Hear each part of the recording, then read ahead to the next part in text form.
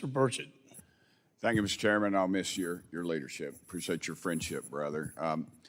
Mr. Secretary, 13 brave Americans lost their lives. One of them, his people live in my area, and I live on the street named after him, Staff Sergeant Ryan Canals. And I remind folks that 13 brave Americans lost their lives, and there's a lot of moms and dads that lost their kids because of this. And the blood is on your all's hands, and that needs to be acknowledged. But, Mr. Secretary, in your opening remarks, you stated that Al-Qaeda is not regrouped in Afghanistan. A friend of mine who just returned from there wants you to know that Al-Qaeda, in fact, has thousands of fighters in Afghanistan and 8 new bases there. One of those bases is in the Panjshir Valley, which is the home to Afghan resistance. In July of 2024, a call was issued to foreign fighters around the world to migrate to Afghanistan and join the ranks of the jihad. This was widely covered by the media, and in fact, there is video evidence of Al-Qaeda fighting alongside the Taliban. Knowing all that, is Hamza bin Laden still alive? I couldn't tell you definitively. Well, he was, people don't know, he's the leader of Al-Qaeda, and his father, Osama bin Laden, was killed.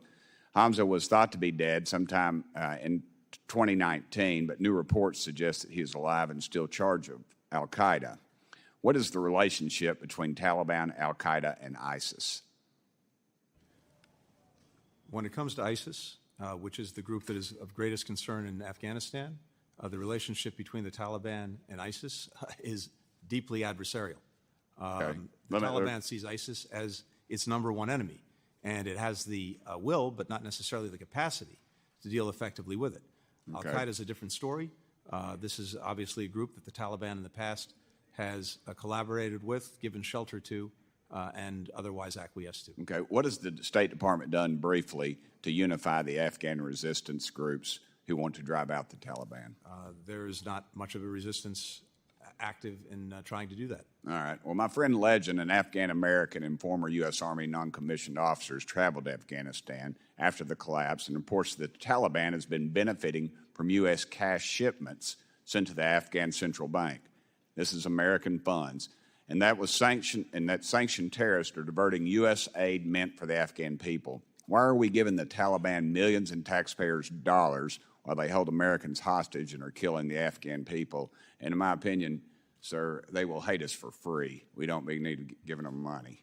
We're not giving the Taliban anything. As I discussed with Congressman Mast, we are providing money, as many other countries are, to UN agencies, NGOs, to help the Afghan people. And these agencies are funding the Taliban. Reports are saying between 40 and 80 million U.S. tax dollars are given to the Taliban every dadgum week. I mean, is that acceptable? According to the report that I read and that the Congressman referred to, the CIGAR's report, of the approximately $8 billion that the international community, including the United States, has dedicated to Afghanistan, about $10 million of that is 0.1%, has no doubt gotten to the Taliban in terms I don't of care if fees, it's a dadgum utilities. penny. I don't care if it's a penny. I mean, for you to sit up here and admit that our enemies, I mean, these people swear to hate Christians and Jews, and that takes care of about everybody in this dadgum room.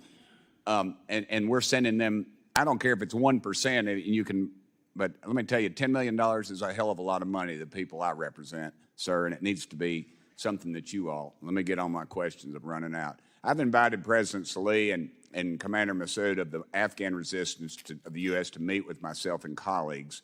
Will the State Department work to facilitate their entry into the country to meet with Congress? I'll be happy to follow up with your office on that. All right.